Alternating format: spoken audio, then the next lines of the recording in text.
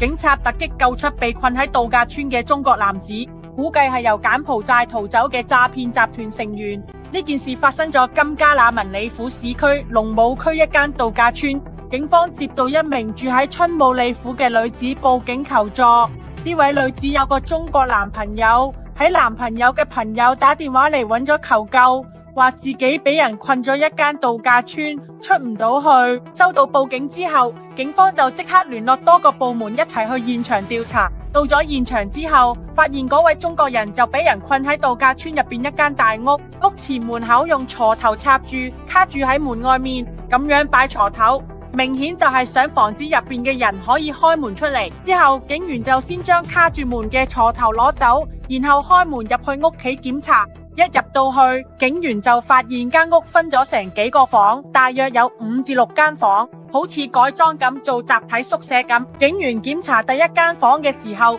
就見到有一個中國人喺入邊，佢個樣好似等緊警員幫手咁。當警員分頭去檢查其他房間嗰陣，又再發現多8個中國人，當中有7個男人同1個女人，即係話呢間屋總共有9個中國人。之後警員就檢查晒所有中國人嘅身份證明文件，特別係護照，結果得返第一個打電話佢求救嗰個中國人先至可以睇到真護照出嚟俾警員。至於其餘嗰8個中國人，冇1個人有帶真護照。之後警員就揾咗個中文傳譯員幫手問返嗰個報警求助嘅中國人。嗰位男士話自己係由曼谷搭客貨車過嚟，司機送咗嚟去到呢間度假村，不過一到埗就發現自己出唔到屋，因為俾人困咗喺屋入邊，門仲俾人哋出邊鎖住嘅，所以佢決定用手機聯絡咗個中國朋友求救。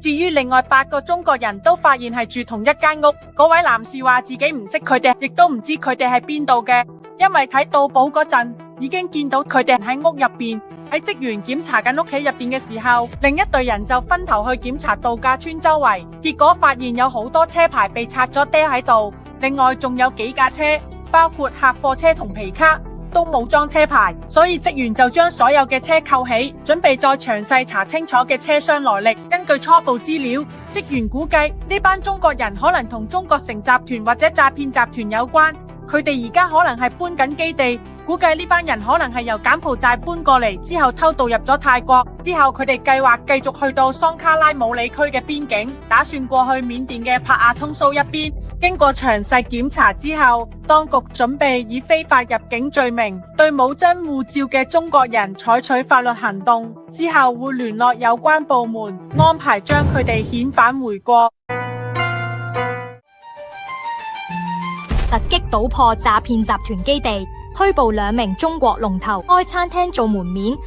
人洗黑錢，涉賭博網站金額超過150萬。9號警署刑事調查組聯同調查部隊合作行動，喺龍康浦突擊搗破跨國詐騙集團，拘捕2名中國籍男子疑犯，喺輝煌區豪宅公寓落網。佢哋一齊人，假扮係電信網絡公司成員，指控受害人涉入洗黑錢同賭博網站案件，之後走超過150萬泰銖，仲發現佢哋開咗間中餐廳做掩護，用嚟做集團收錢嘅據點。喺3月16號2569年，警察局警監薩馬蓬馬查曼谷第9警區指揮官已經指示調查組浪康寬分局落區追捕2名中國籍男疑犯，分別係胡冠海先生34歲，仲有關牛利先生24歲。呢2個人喺3月15號嗰日喺曼谷華日區一間高級公寓單位入邊順利被捕。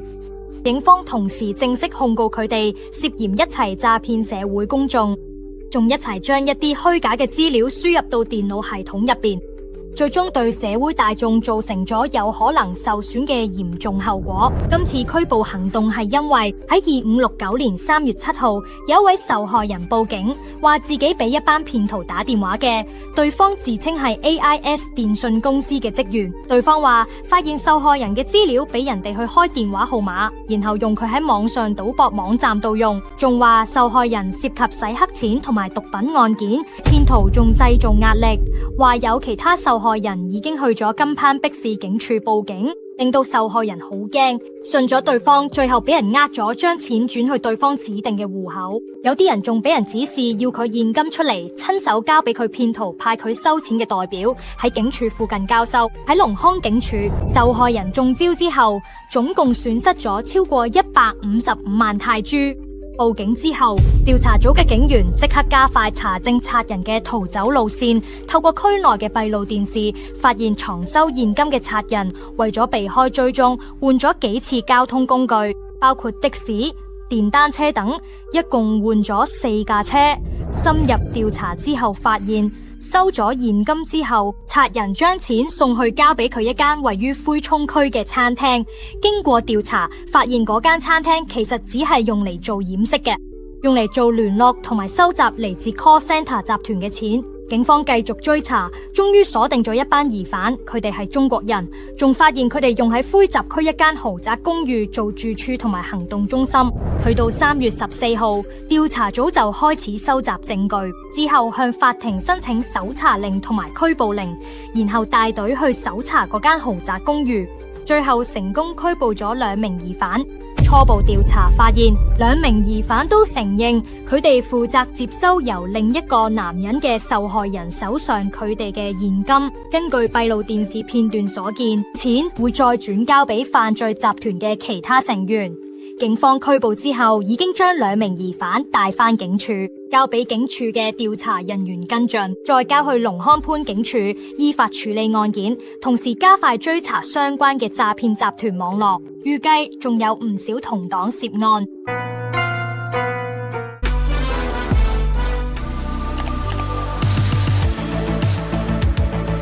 咁自動投幣機咧，其實已經出現咗好耐，不過最初嗰啲都係舊款啦。咁直到後來咧，加入咗軟件技術，特別係近年咧，大家開始用網上支付之後咧，呢啲販賣機又再興起。依家泰國人都接受咗用自動販賣機買嘢，唔使有人睇住。例如而家連薄餅都可以喺販賣機度買到。其實咧，呢啲技術咧，以前主要用啲工廠自動化，但因為科技進步咧，零件可以做到細啲，成本又平啲，所以而家可以商業化到用得多啲。就算喺新冠疫情，其實呢方面都會慢慢轉變，因為人工成本越嚟越高，大家都想方便嘅。咁新冠疫情只係令到呢個轉變加快嘅。自從有啲電子商務之後，無論賣產品定係提供服務，幾乎都可以用自動販賣機嚟做晒。由最初做電子商務嗰陣已經開始。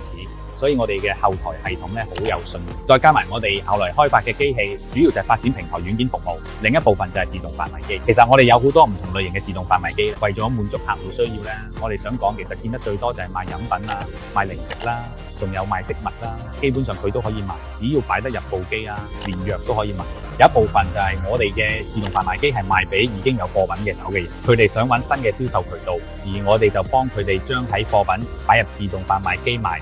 另一邊咧就係我哋會供應自動販賣機連埋貨品，通常嘅便利店都會見到。仲有一款叫 Portal 韓國即食麵機，佢有自動煲水系統啦，好啱擺咗寫字樓啦、屋苑啦，甚至大學啦。仲有一款係自動販賣 soft serve 雪糕機，我哋都係全泰國第一間做呢種機。呢部機我哋都係用特許經營模式賣，包埋機、雪糕所有設備，仲會教埋點樣做，教埋你點樣擺設同操作。我哋可以透過自動販賣機賣產品，除咗可以減低租地方嘅成本之外咧，裝修都簡單嘅，而且咧搬運都方便，唔使請人，揾地點都容易嘅，因為唔需要太多空間。如果產品太大咧，就要縮細啲，好似生果嘅。平時去街市買咧就係一大包，但係擺入自動販賣機咧就要分細包裝，啱啱好一個人買一份。最大嘅限制就係產品嘅尺寸，入邊咧可以好似超市咁咧，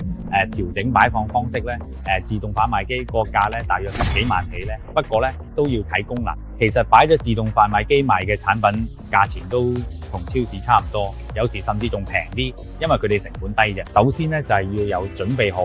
或者有決心先開始做生意啊。呢啲生意回本快咧，風險又比較低，所以都幾值得投資。其實都係賣產品俾零售客，地點都好緊要。例如你喺屋苑樓下，但你賣嘅唔係日常生活會用到佢嘅，都未必賣得出。好似賣雪糕機嘅，有小朋友嘅地方就賣得好。簡單嚟講，如果你有興趣，最簡單就係投資加碼，咁成個過程都會有顧問幫你。其實講到自動販賣機呢啲潮流咧，主要都係因為大家追求方便，消費者嘅行為都改變咗。